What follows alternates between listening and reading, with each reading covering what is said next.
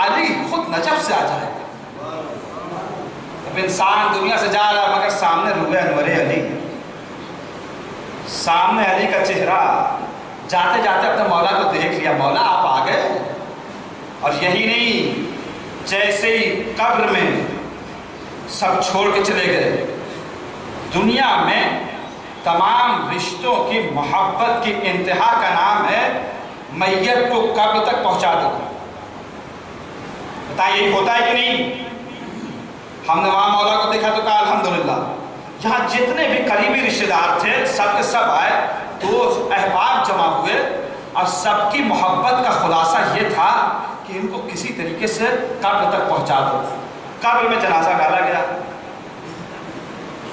مٹی دی جانے لگی، مٹی دی جانے لگی، یہاں تک یہ بھی ہوا کہ اب قبر کو بند کر دیا گیا.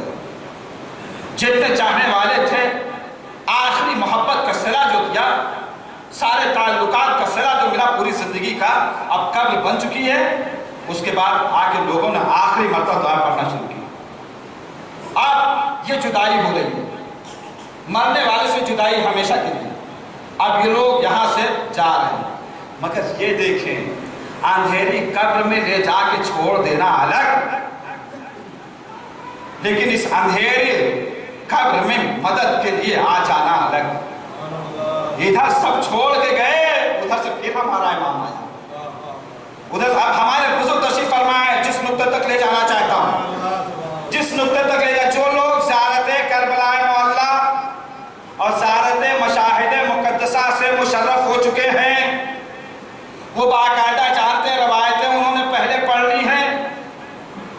باقاعدہ کی روایت ہے کہ جو بھی امام حسین کی زیارت کو جائے گا، جو بھی مولا کی زیارت کو جائے گا، جتنی بھی گناہ کی ہو اس نے، جیسے ہی زیارت کر لے گا اس طریقے کی کیفیت ہو جاتی ہے جیسے ابھی شکم مادر سے باہر آیا. پوری توجہ، یعنی گناہوں سے ایک دم پاک. جبکہ جب کربلا پہنچا، بھئی بہت سے ایسے چہرے ہیں جو زیارت کر کے آ چکے، آپ ان سے پوچھ لیں ابھی بھی یا بعد میں جب کربلا گئے، نجف پہنچے، مشہد پہنچے، تمام جگہوں پہ جانے کے بعد انہوں نے کیا دیکھا؟ کہا کیا کسی نے امام حسین کو دیکھا؟ کیا کسی نے مولا علی کو دیکھا؟ کیا کسی نے 8ویں امام کو دیکھا؟ کیا سامرہ میں ائمہ کو دیکھا؟ کیا کاظمین میں امامین کو دیکھا؟ کہا نہیں. پھر دیکھا کیا؟ کہا ان کے حرم کو دیکھا، ان کے صحن کو دیکھا، ان کی زری کو دیکھا.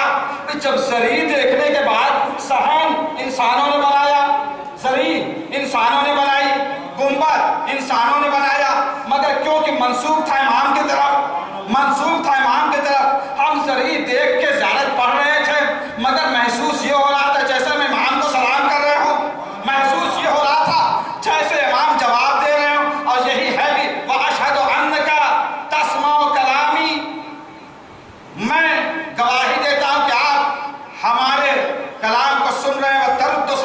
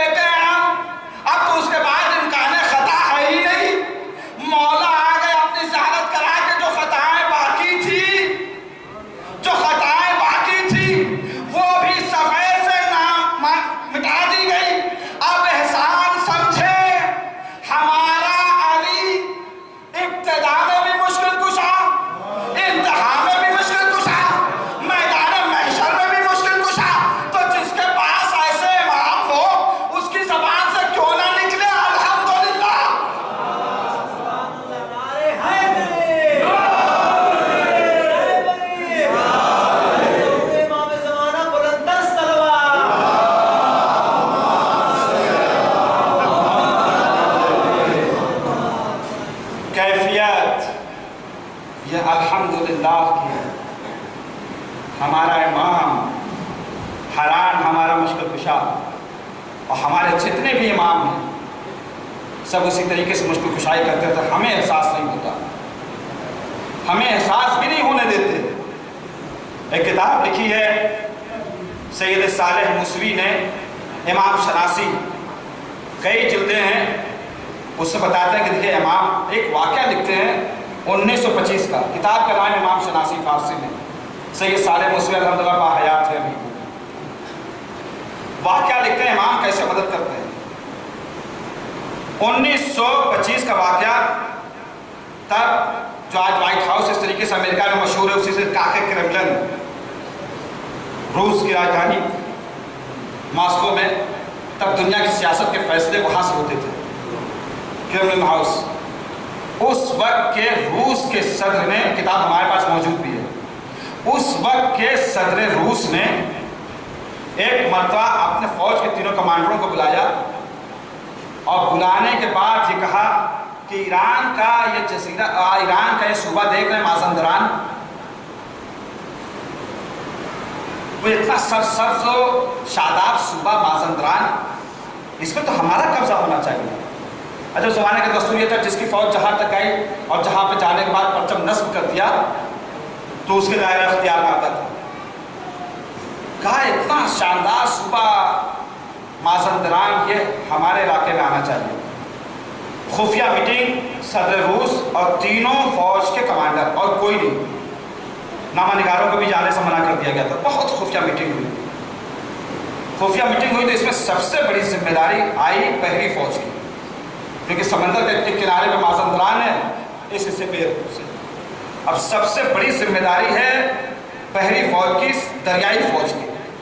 اب آگے آگے کمانڈر کا بیڑا چلا، کمانڈر کا جہاز، اس کے پیچھے پیچھے فوجیوں کے پورے بیڑے ہیں، سب جا رہے ہیں، جہاز آگے آگے پیچھے پیچھے، اور جہاز سب جاتے جا رہے ہیں، پوری آمادگی ہو چکی ہے، یہ جا رہے ہیں۔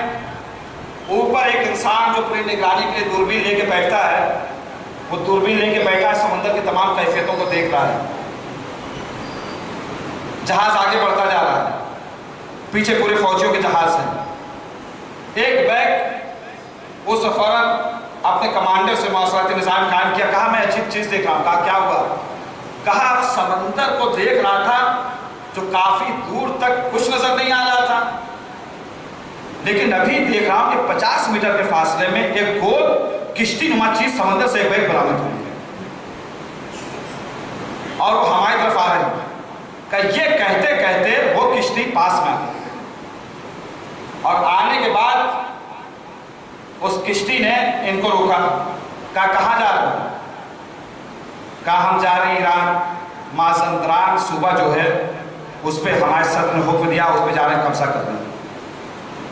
کہا یہ تین تھے اس کشتی بیٹھے ہوئے، ایک شخصیت اس میں ایسی تھی جو سبز رنگ کا لباس پہنے تھی، دو اور عام لباس پہنے ہوئے، تو فوراً انہوں نے کہا واپس جاؤ۔ جیسے انہوں نے کہا واپس جاؤ، اس نے کہا نہیں ہم نہیں جا سکتے، کیونکہ ہمارے صدر نے حکم دیا، معمورین و مجبورین، یہ عبارت ہے، معمور ہیں اس لیے مجبور ہیں، حکم دیا ہے۔ فوراً انہوں نے اشارہ کیا، جو سبز رنگ کا لباس پہنے ہوئے تھے، بڑھتا ہوا بیڑا رکا، چلا رہا ہے کوئی اور، مگر جیسے یہ اشارہ کیا سب رک گیا۔ اب جب سب رک گیا تو عجیب مسئلہ، تو ان کے کمانڈر نے کہا بھئی یہ کون لوگ ہیں، کیا چاہتے ہیں ان سے پوچھو۔ کہا یہ ہمیں منع کر رہے ہیں کہ ہم نہ جائیں۔ ہم نے کہا ان سے کہو کہ ہمارے صدر نے حکم دیا، جیسے یہ آئے بات کرنے تو ان کی تعجب کے انتہا ہے، کیونکہ انہوں نے ٹرانسلیٹر کو بلایا تھا کہ جو دنیا کی عام زبانوں میں جب بات کرنے لگے، دیکھا یہ تو دنیا کی تمام زبان جانتے ہیں، یہ دنیا کی تمام زبان جانتے ہیں۔ بات کی، کہا چلے جاؤ، کہا ہمارے صدر نے حکم دیا۔ جیسے ہی کہا ہمارے صدر نے حکم دیا، کہا تم کو نہیں معلوم ایران ایک شیعہ ملک ہے، پوری عبارت ہے یہ، ایران ایک شیعہ ملک ہے، اس کے محافظ ہیں، ہم تم سے کہتے ہیں واپس جاؤ۔ جیسے کہا ہمارے صدر نے بھیجا، کہا ہم کو بھی وقت کے امام نے بھیجا، ہم کو بھی وقت کے امام نے بھیجا ہے۔ اب جیسے یہ حکم دیا، اب آگے بیڑا جا نہیں پا رہا ہے، عجیب ہیبت، یہ لفظ سنتے ہی ہم کو وقت کے امام نے بھیجا. یہ لفظ سنتے ہی عجیب کیفیت طاری ہوئی. اس نے اپنے وقت کے صدر کے پاس معاشرتی نظام جو سب تحریریں بھیجی جاتی تھی وہ بھیجی. وہاں سے حکم آیا کہ ہم آدھے گھنٹے بعد جیسا حکم دے وہ کرنا. آدھے گھنٹے کے بعد حکم آیا کہ اپنے پیڑے واپس کرو، کیونکہ 1 سال پہلے بھی ہم نے ایسے ہی کوشش کی تھی. 1 سال پہلے بھی کوشش کی تھی، ایسے ہی کوئی آ گیا تھا. پوری توجہ، یہ واقعہ 1925 کا تھا. اگر آج کے زمانے میں بیان کیا جائے تو بہت سے لوگ کہہ دیتے کہ پتہ نہیں ہوا کہ نہیں ہوا. اس دور میں جس وقت ہم موجود ہیں، الیکٹرانک میڈیا کا زمانہ، پرنٹ میڈیا کا زمانہ، سوشل میڈیا کا زمانہ. ابھی آپ نے دیکھا 5-6 سال پہلے امریکہ نے ایک جہاز بنایا، جو جہاز بنایا جس پہ کوئی بیٹھتا نہیں، اس کا نام رکھا ڈرون. اور جیسے ہی ایران کے ہاتھ میں گیا، یہ پوری دنیا نے دیکھ لیا. بھئی ایران نے یہ نہیں کہا، خود USA نے اس کا اعتراف کیا کہ ہمارے ڈرون طیارے کو انہوں نے اتار لیا. اب دنیا نے دیکھ لیا بھئی بنایا کس نے؟ امریکہ نے. اب چلایا کس نے؟ امریکہ نے. ایران کے ہاتھ میں بھیجا کس نے؟ امریکہ نے. کنٹرول کون لوگ کر رہے تھے؟ امریکن کنٹرول کر رہے تھے. اتارا کس نے؟ اتارا کس نے؟ کہا ایران نے. بھئی جب بنایا تم نے، مشین تمہاری، اختیار تمہارا، تمام چیزیں کنٹرولنگ پاور تمہارا تھا، اور تمام اس کے کوڈ تم کو صرف معلوم تھے. آج کا زمانہ تو ایسا ہے کہ موبائل کے کوڈ آدمی جلدی نہیں کھول پاتا. تمہارا خفیہ پلین ڈرون جس پہ تم کو بڑا ناز تھا، مگر ایران کے ہاتھ میں جیسے ہی پہنچا اس نے اتار لیا. اب دیکھیں جو دنیا کہتی ایران کس طاقت پر آخر اتنی بڑی طاقت کے سامنے بیٹھا ہوا ہے. ایران طاقت سے نہیں ڈرتا کیونکہ وہ اسلحوں کو دیکھ رہا ہے. ایران جانتا ہے کہ اسلحے اس کے ہوں گے، اختیار ہمارا ہوگا.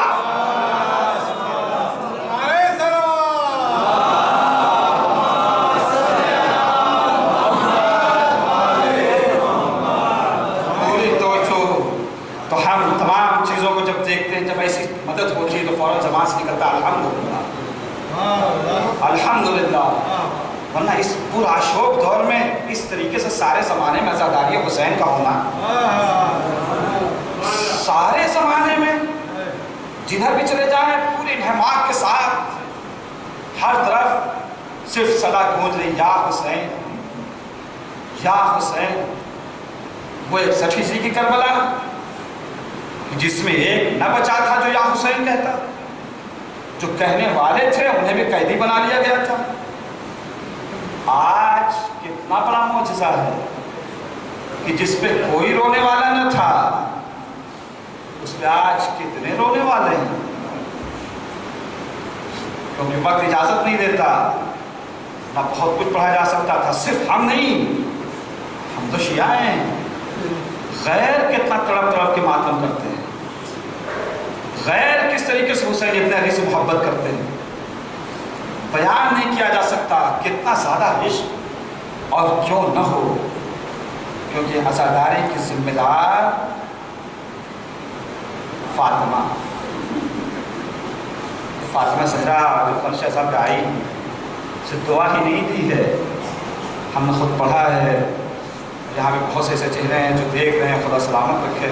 جو لوگ عزاداری یہ سید الشہداء کے فروغ میں لگے ہوئے ہیں ہر طریقے سے، خدا اور حوصلے میں اضافہ کرے اور ان کی توفیقات میں اضافہ کرے. کہ جو اس غریب کی عزاداری میں کوشاں ہے جس کا کوئی نام لینے والا نہیں تھا.